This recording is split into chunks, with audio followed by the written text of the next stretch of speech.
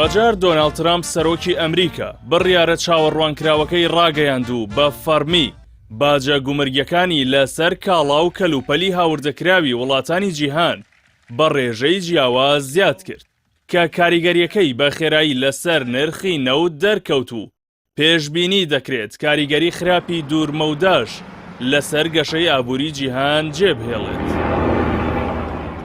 دۆناڵد ترامپ لە باخچەکەی کۆشکی سپیەوە بڕیارەکانی لەبارەی سەپاندنی باجەکان بەسەر کاڵای بیانیدا خستە ڕوو و ئاماژەی بەوە کرد سەپاندنی باجی گومرگی گەشەی ئابووری ئەمریکا زیاد دەکات. داواشی لە سەرکردەکانی جیهان کرد باجی گومرگی لەسەر بەرهەمە ئەمریکیەکان هەڵبگرن. لە هەمان کاتدا جەختی کردەوە کە ئیدارەکەی لێپرسینەوە لەگەڵ ئەو وڵاتانە دەکات کە بە خراپی مامەڵەیان لەگەڵ دەکات. سەرۆکی ئەمریکا پێی وابوو بەو بڕیارە دەستی کار و کارگەکان بۆ ئەمریکا دەگەڕێنێتەوە و داواشی کرد دەست بکرێت بە کڕینی بەرهەمە ئەمریکیەکان. بەپێی ئەو تابلۆیەی بەدەستیەوە بوو نیشانی ڕاگەیاندنەکانیدا. ترامپ باجی بە ڕێژەی 34 لەسەر چین، 124 لەسەر هاوردەکانی یابان، 120 لەسەر یەکێتی ئەوروپا، 130 لەسەر هاوردەکانی باشووری ئەفریقیا، 131 لەسەر هاوردەکانی سویسرا و 190 لەسەر هاوردەکانی ڤێتنام، هەروەها 110 لەسەر هاوردەکانی هەر یەک لە بەریتانیا و سنگافورە و بەرازیل سەپاند. ئەوەی جێی تێڕامانە نەبوونی ناوی رووسیا و کوبا و کۆریای باکوور بوو لە لیستی باجەکانی ئەمریکا. لەو بارەیەوە کارۆلین لیڤید وتەبێژی کۆشکی سپی ڕایگەیاند هۆکاری نەبوونی ئەو وڵاتانە لە لیستی باجەکاندا بوونی سزای پێشوەختەیە لەسەریان کە وای کردووە هیچ بازرگانیەکی ڕاستەوخۆی واتاداریان لەگەڵ ئەمریکا نەبێت. ئەمەش لە کاتێکدایە سووریا کە پێشتر لەلایەن ئەمریکاوە سزای بەسەردا سەپێنراوە لە لیستە نوێیەکەی ئەمریکادا ناوی هەیە. لە هەمان کاتدا سەرۆکی ئەمریکا باجی بە ڕێژەی 139 لەسەر هاوردەکانی عێراق سەپاند. لەبارەی باجەکانی سەر عێراقەوە فەرهاد عەلاءەددین ڕاوێژکاری سەرۆکوەزیرانی عێراق بۆ کاروباری پەیوەندیەکانی دەرەوە بە ئاژانسی هەواڵی عێراقی ڕاگەیاند باجەکانی واشنتۆن هەناردەی وزە و نەوتی عێراق ناگرێتەوە کە مانگانە 7 بۆ 8 ملیۆن بەرمیل نەوتی خاوە. هاوکات ئاماژەی بەوەدا کە کاریگەری ئابووری لەسەر عێراق زۆر سنووردارە.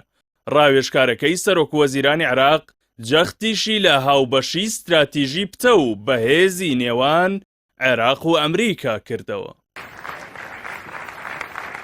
سەپاندنی باجە گومرگیە زۆرەکانی ئەمریکا لەسەر هاوردەی وڵاتان بێکاردانەوە تێنەپەڕی، بە تایبەت وڵاتانی بەرهەمهێنی گەورەی پیشەسازی لەوانەش چین و یابان و یەکێتی ئەوروپا. وەزارەتی بازرگانی چین داوای لە واشنتۆن کرد دەست بەجێ باجەکان هەڵبوەشێنێتەوە. هۆشداریشیدا لەوەی ئەم باجانە گەشەی ئابووری جیهانی دەخەنە مەترسیەوە، هەر وەک داوای لە ئەمریکا کرد ناکۆکیەکان لەگەڵ هاوبەشە بازرگانیەکانی بە شێوەیەکی دروست و لە ڕێی دیالۆگی یەکسانەوە چارەسەر بکات. لەلایەکی دیکەوە یۆجی مۆتۆ وەزیری بازرگانی و پیشەسازی یابان ڕایگەیاند کە تۆکیۆ بە واشنتۆنی ڕاگەیاندووە سەپاندنی باجی گومرگی جێگەی نیگەرانیە. هاوکات پایتۆنگ تارن شیناواترا سەرۆکوەزیرانی تایلەند ڕایگەیاند وڵاتەکەی پلانێکی بەهێزی هەیە بۆ مامەڵەکردن لەگەڵ ئەو باجە گومرگیانەی کە ئەمریکا بەسەر هەناردەکردنەکانی وڵاتەکەیدا سەپاندوویەتی.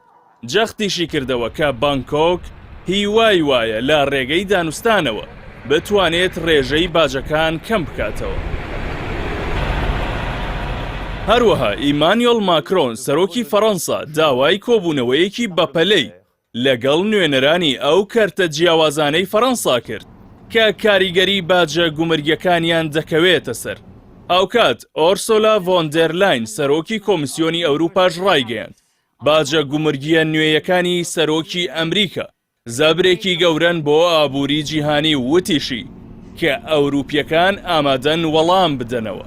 وتیشی هێشتا کات لە بەردەستا ماوە بۆ چارەسەرکردنی کێشەکە بە دانوستان.